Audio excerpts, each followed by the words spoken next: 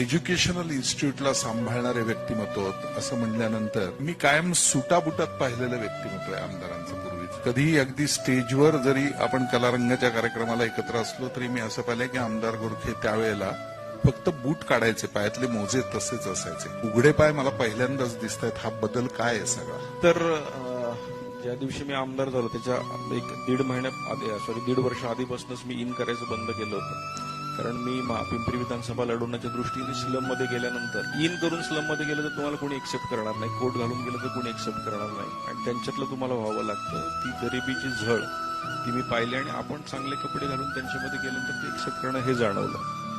आणि त्याच्यानंतर हे अचानक आमदार झाल्यानंतर मी ठरवलं की ज्या वेळेस समाजात जाईल किंवा समाजात राहील त्यावेळेस मी असं साधच राहणार. मला प्रिया पण म्हणत होती की आपण कोट शिवू, मी कोट घाल. म्हटलं नाही, माझा समाज जोपर्यंत त्या स्तरावर येत नाही